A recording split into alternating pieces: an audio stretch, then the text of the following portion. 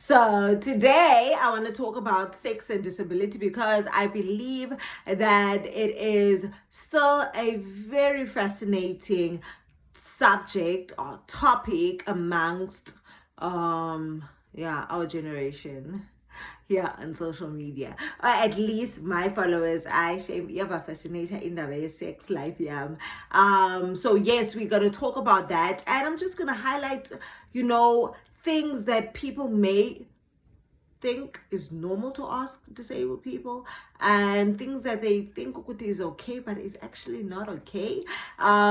Yes, so this is about sex and disability. Yes, I said it. If you still find sex to be an uncomfortable topic to have, then you've come to the right place. Or let me say, you're watching the right video, because Sana, here is no filters. We don't filter anything here, and we don't blush. We're not shy about anything that is considered a taboo or an embarrassment, because if the Bible says a lot about sex, then who am I not to talk about it? I am not promoting it, by the way, guys. And if you go out there and have sex with people that you have not made a lifelong commitment, no, that is not what I'm saying. Because if that is what I'm saying, then why am I abstaining, if that is what I'm saying, or if that is what I'm promoting? So yes, moving along. So for those who already know, I am a paraplegic. So what that basically means, it can mean a lot of things, but in my case, I am paralyzed from the waist down, so I can't move my legs. My legs move on its own, but that doesn't happen a lot.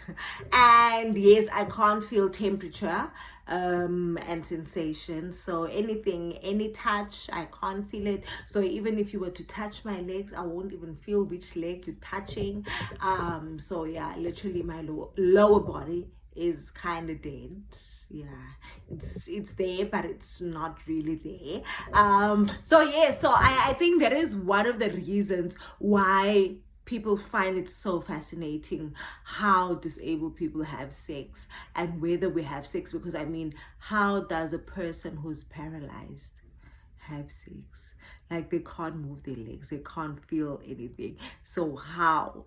We're not on this. So we're gonna talk about that today. I'm gonna be very brief, but I'm just here to say, like, stop asking disabled people how they have sex. And if you find it so intriguing and so interesting and so fascinating, do your research, because Sana, information is out there. The internet will answer your question, especially chat GPT. When chat GPT go ask the Yoguti, how do disabled people have sex? I actually should do that. Yes, I actually should go ask chat GPT, how do disabled people have sex, and see what they will say, because I'm sure they'll tell nonsense and sense.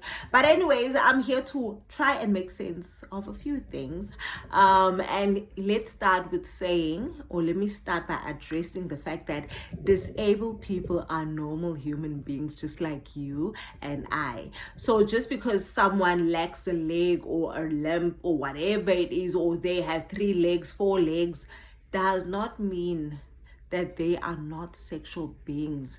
And even if their sexual organs are formed a different way or have a different shape, a different size way too, as long as there's a sexual organ, there is a chance and an opportunity for them to have sex or to be able to engage in sexual encounters or batini.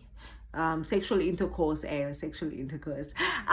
yes, and what is another thing that I wanted to say? I did mention ukuthi again le nto yobuza abantu abadisabled how they have sex, because ungenaphi how I have sex. Like, where do you enter, or where does everyone else enter? Like, is this an orgy? Like, are we having a group assignment? Like, no, guys. No, stop being weird in 2025. Like, I'm one of those people that I don't mind answering these questions now, but the fact that you have the nerve or the guts to ask is very concerning, because like, I'm not here to judge, guys. We listen, we don't judge, but what kind of a person would come up to a random stranger on social media and ask them, how do you have sex? Imagine, guys, if I were to do that in public. And I do not mind, shame, I do not mind going to a mall or going to a restaurant and asking random strangers how do they have sex based on their physical appearances. Imagine me asking a tall person, but oh, because you're tall, like, how do you have sex as a tall person? Or how do you have sex as a short person? Because you don't look like me, you know? I got right, Londo, guys. I got grand. And imagine me approaching guys with beards and be like, oh, since you have such a nice beard, like, how do guys with nice beards have sex? Or how do women with curves have sex? Like, ndingenaphi kuloo yeah, but that is how we feel, you know, as a disabled community, that we're no different. We don't see ourselves as different from you. So why would you ask us such questions? Yeah, but so yes, guys, let's stop. Let's stop asking such questions in 2025. Otherwise, if you want to know more about, you know, the sexual health of people living with disabilities, like I said, do your research, go ask a doctor, have the conversation with them and be like, hey, doctor, you know what?